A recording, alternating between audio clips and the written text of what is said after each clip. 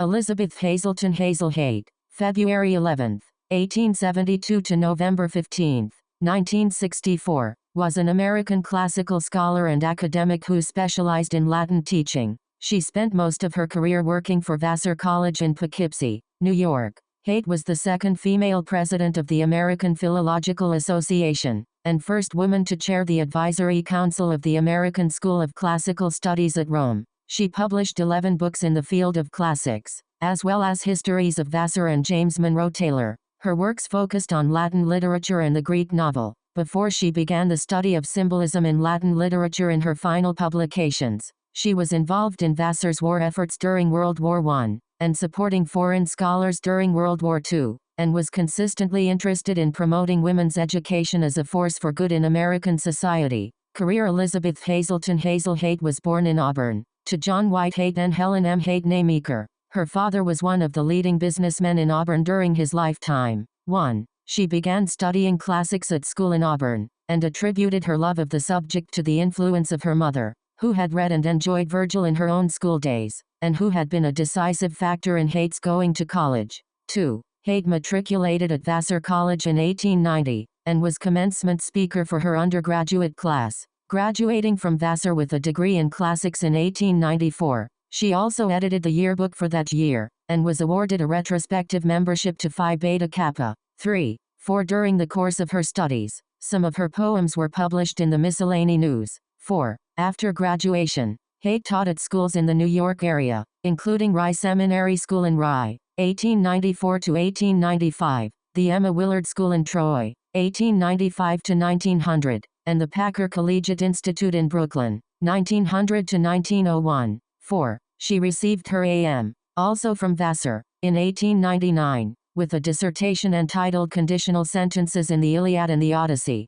3. As she was teaching at the time, her M.A. was received in absentia. She then moved to Cornell University, where she studied with Charles E. Bennett, and received her Ph.D. with a thesis entitled The Sea in Greek Poetry in 1909. 5. 3. Haight returned to Vassar to join its faculty in 1902. Working at Vassar alongside studying for her Ph.D., she became an associate professor in 1910, and was promoted to professor in 1922, partly due to the strong written support of Grace McCurdy, another pioneering female classicist at Vassar. 6. 120 in her correspondence, McCurdy praised Haight for her executive ability and described her as a teacher whose enthusiasm and genuine love for her subject infect her classes. 6. 120 Haight's association with McCurdy continued throughout her career, as both taught together at Vassar for the remainder of their careers, and became close friends. 6.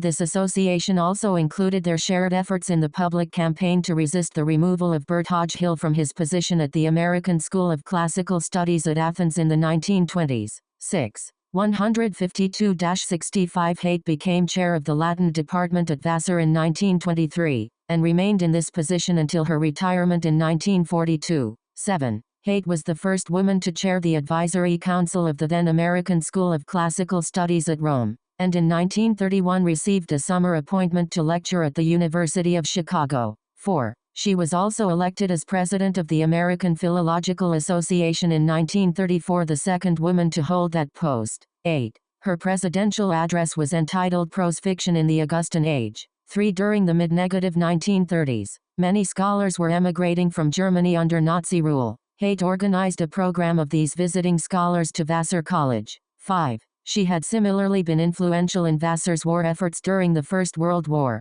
acting as chair of the Faculty Committee on War Activities, as she believed that both Vassar and women were essential to the fight to protect democracy in the United States. 4. During her long residency at Vassar College, Haight opened and voluntarily curated the Vassar Classical Museum, buying objects and inscriptions for it. This appreciation for the contributions of archaeology to a classical education was described by the classicist Donald Ladiner as ahead of its time. 3. She also wrote a history of the college, along with James Monroe Taylor, its president from 1886 to 1914. 9. Upon meeting Mussolini in Italy in 1935, Haight presented him with works written about Italy by Vassar faculty. 4. She gave the convocation address at Vassar twice, once upon her appointment to professor in 1922, and again in 1941. Her second address was called Education for Service, and demonstrated her commitment to the education of Vassar women as part of empowering them, and preparing them to be strong citizens of the Republic and the world rather than privileged princesses. 4. She retired in 1942, but continued to be an active part of Vassar's community, including giving a speech praising Vassar and arguing for the role of education in benefiting the state of the country at Founders' Day 1952. 4. That same year, the Elizabeth Hazelton Haight Fund for Research in Classics was established by a group of Vassar alumni, honoring her work. 5. Haight was remembered both through this fund and the testimony of her colleagues for her support of students and faculty at Vassar throughout her time at the college. 5. Tusvii Haight died November 15, 1964, in Beacon, Dutchess County and is buried in Fort Hill Cemetery. 10. At the 1965 meeting of the American Philological Association, Lily Ross Taylor read a tribute to Haight that praised her devotion to the classics and the great achievement of her teaching. Tusvii her obituary in the New York Times said she was regarded at Vassar as the last of her era of outstanding women who dedicated their lives to the college. 7. Scholarship Haight published 11 books on classical subjects,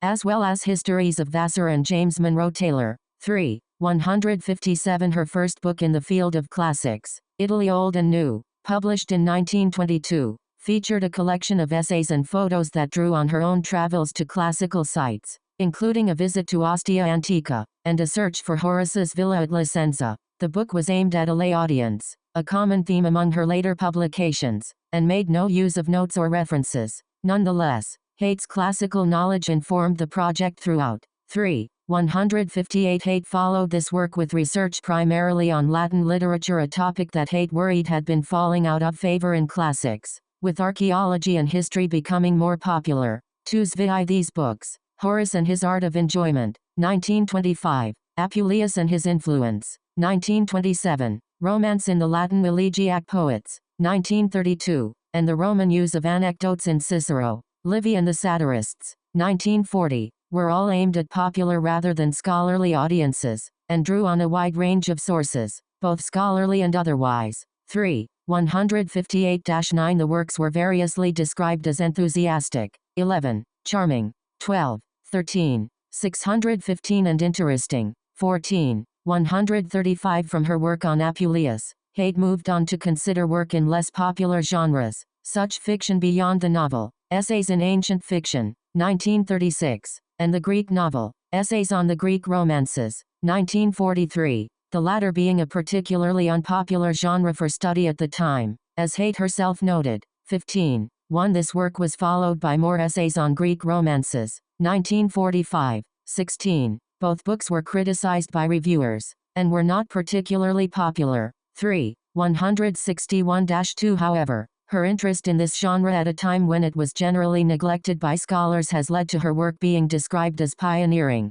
3. 165 Her two penultimate books, the last published when she was 80, took up the topic of symbolism, first the symbolism of the house door, 1950, and then aspects of symbolism in the Latin anthology and in classical and Renaissance art, 1952. 3. 162-3 Haight's final published book was a translation of Pseudo-Callisthenes' Life of Alexander, published in 1955. 3. 164 In addition, she published multiple articles in a range of classical journals. 3. 163 Selected publications. Vassar with James M. Taylor, New York, Oxford University Press 1915. The Autobiography and Letters of Matthew Vassar, New York, Oxford University Press 1916. Life and Letters of James M. Taylor, New York, E. P. Dutton and Company, 1919. OCLC 3,433,918. Italy Old and New,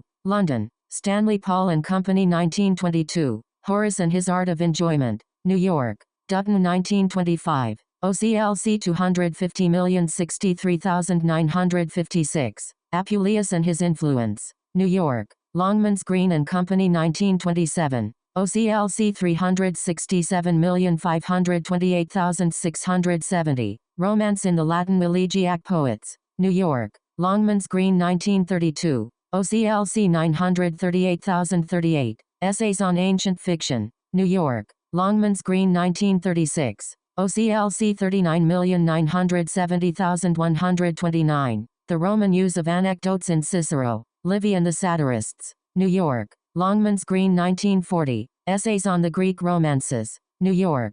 Longmans 1943. OCLC 251,464,618. Natchdruckport, Washington. New York. 1965. More Essays on the Greek Romances. New York. Longmans Green 1945. OCLC 459,716,756. The Symbolism of the House Door in Classical Poetry. New York. Longmans Green 1950. OCLC 906,181,909. Aspects of Symbolism in the Latin Anthology and in Classical and Renaissance Art. New York. Longmans Green 1952. Pseudo-Callisthenes. Life of Alexander. New York. Longmans 1955. OCLC 459,039,241.